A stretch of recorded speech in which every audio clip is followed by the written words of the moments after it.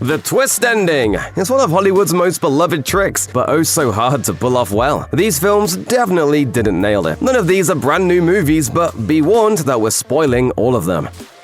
After the Marvel Cinematic Universe had been around for a few years and most of the big characters were introduced, it paved the way for less mainstream heroes and villains to finally come to the big screen. In the case of Iron Man 3, that meant bringing longtime Iron Man antagonist the Mandarin, arguably his primary arch-enemy in the comics, to the MCU. You know who I am. You don't know where I am. And you'll never see me coming. The announcement that the Mandarin was to be played by Ben Kingsley only further fanned the flames of fan excitement for the character's live-action debut. And then came the twist. Well, I wouldn't go in there for 20 minutes. Yup, Kingsley wasn't the Mandarin. Instead, he was playing a bumbling, down-on-his-luck actor named Trevor Slattery, who was only portraying the Mandarin while the, quote, real Mandarin, Aldrich Killian, was the one pulling the strings. Slightly disappointing. The MCU has had Trevor Slattery pop up again in various movies and TV shows in an attempt to redeem him, and it has kind of worked, while the true Mandarin got redemption with Tony Leung's outstanding performance in Shang-Chi and the Legend of the Ten Rings.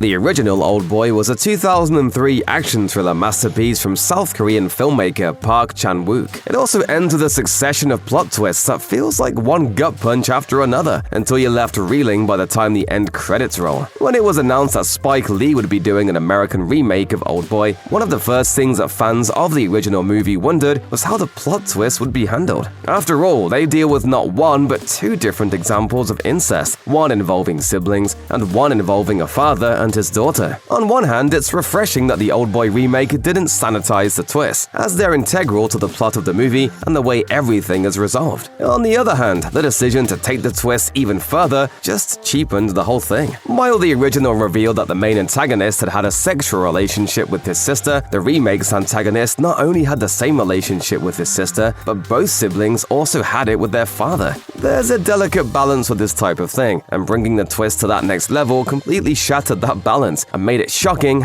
just for the sake of being shocking, a feeling the original didn't elicit. For a movie franchise that is heavily built around the bitter rivalry between vampires and werewolves, the Twilight Saga is relatively tame throughout. When there is a battle or a love scene, it stays very much within the confines of PG-13 and keeps its largely teenage girl audience in mind. That is until the shockingly violent battle that occurs near the end of the Twilight Saga, Breaking Dawn Part 2. Necks are snapped, limbs are removed, multiple heads are torn clean off their bodies, several main characters are slaughtered. It's one shocking moment after another in a surprisingly gruesome battle that goes on for close to 10 minutes. Readers of the books were especially shaken, as that fight doesn't happen in the original novels, but apparently it doesn't happen in the movie either. At the end of the fight, it's revealed that it was all just a vision. Now you know. That's your future. Unless you decide on another course. As loud as the gasps were during the fight, the collective groan after the twist put the gasps to shame. Sure, it was still entertaining to watch as it was happening, but few storytelling tropes are more tired than the "it was all a dream" cop-out. In the 2002 movie adaptation, the movie's version of Charlie Kaufman argues with his fictional brother, Donald, about Donald's screenplay. Donald says that the twist of his movie is that the killer and the cop are revealed to be the same person, which Charlie can't stand, in part because it makes things like the screenplay's car chase between the two characters literally impossible. But everyone else in the movie is in love with Donald's script and thinks it's extremely clever. It's like a battle between motors and horses, like technology versus horse. And they're still all one person, right?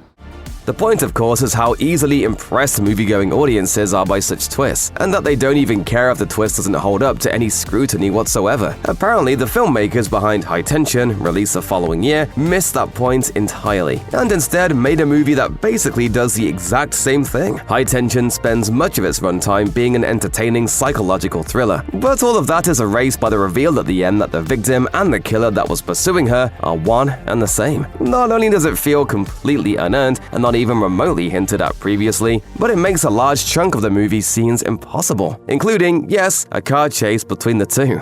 You killed my father! No, Buzz. I am your father.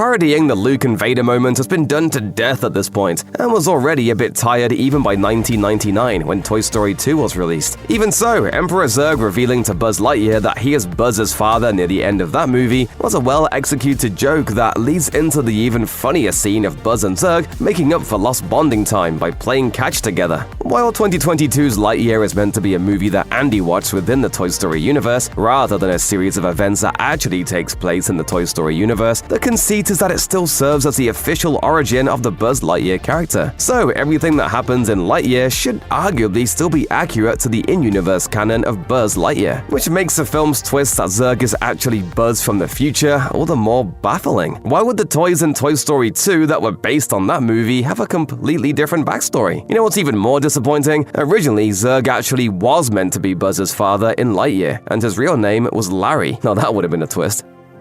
In Ocean's 11, Julia Roberts plays Tess, ex-wife of Danny Ocean, and the woman whose affection Danny attempts to win back by robbing an entire casino. In the follow-up, Ocean's 12, it is revealed that Julia Roberts herself actually exists within the universe of the movies. And wouldn't you know it, Tess happens to look an awful lot like Julia Roberts, a fact which is exploited as part of the heist driving the film. Writer George Nolfi and director Steven Soderbergh no doubt thought they were being very clever by having Roberts play both Tess and herself in Ocean's 12. But it just ends up feeling like Soderbergh's love for being able to gather A-list celebrities. No, it's Julia. She's medicated. Who's this? It's Julia. I'm with Bruce Willis. You're with Bruce right now. Thankfully, we don't ever see Tess and Roberts in the same place, although they do talk to each other on the phone, which is more than enough. The Rotten Tomatoes consensus for Ocean's 12 calls it self-satisfied and illogical, and much of that certainly stems from hanging so much of this impressively star-studded movie on Julia Roberts playing two characters, one of which is herself. The Sixth Sense put writer-director M. Night Shyamalan on the map and seemed to announce one of Hollywood's brightest new talents. Much of the hype around the movie was its big twist at the end, which was that Bruce Willis's character was actually killed in the beginning of the movie and had been a ghost the entire time. The twist was such an integral part of the film's marketing and word-of-mouth buzz that Shyamalan decided to do another twist with his next movie, and the one after that, and unfortunately the one after that too. While the twists in Unbreakable and Signs still worked to varying degrees, The Village saw Shyamalan's love of trying to shock audiences with endgame reveals completely eat itself. There seems to be one twist after another as The Village winds down, culminating in the ultimate one, that what we thought was a movie set in the 19th century actually takes place in the modern day, in a town that has been intentionally cut off from the outside world. Seeing not only a modern-looking man but also a Jeep in this movie that supposedly takes place 100 years before that would have been possible was meant to be a mind-blowing moment, but it was an eye-rolling one instead. Wait, you're not tricking me, are you? I do not understand.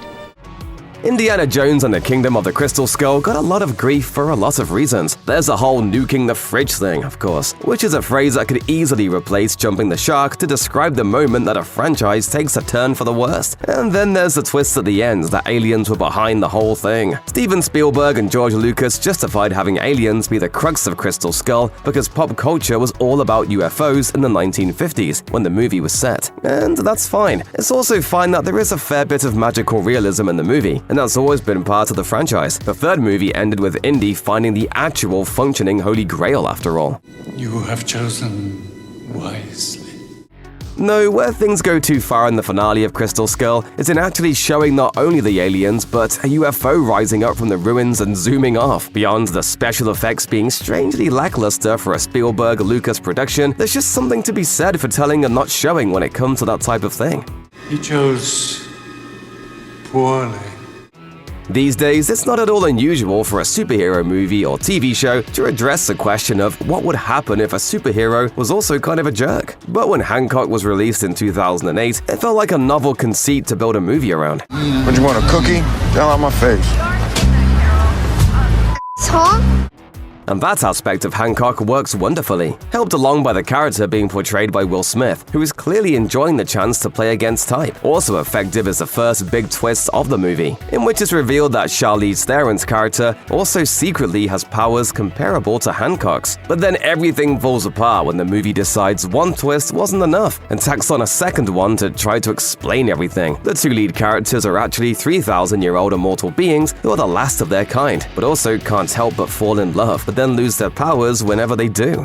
Gods, angels, different cultures call us by different names. Now all of a sudden it's superhero. It probably sounds fine on paper, but it really does feel like part of an entirely different movie that was grafted on and ruins what was otherwise a fun, unique twist on the superhero movie genre. When discussing movies with bad endings, movies with twists gone awry, or any other examples of a movie ending on a laughably terrible note, it's impossible not to bring up Tim Burton's 2001 remake of Planet of the Apes. While Burton's film output has been wildly inconsistent for many years now, his name was still considered an automatic mark of quality when Planet of the Apes was released. Afterwards, not as much. The one thing that the movie did decently is that it was pretty good at marrying what were then cutting-edge visuals and makeup effects with the same cheesy B-movie spirit of the original Ape films. But whatever affection anyone might have mustered for the movie completely went out the window with a twist ending that tried to subvert the original's "it was Earth all along" reveal, but fell on its face in the process. That is, if you can even fully decipher it. There's something about another planet and time travel and changing Earth's history, but it's all a ridiculous mess, capped off by an image that wants to be powerful but ends up one of the most nonsensical in the history of film. The Lincoln Memorial not with Abe Lincoln, but Ape Lincoln. Oof.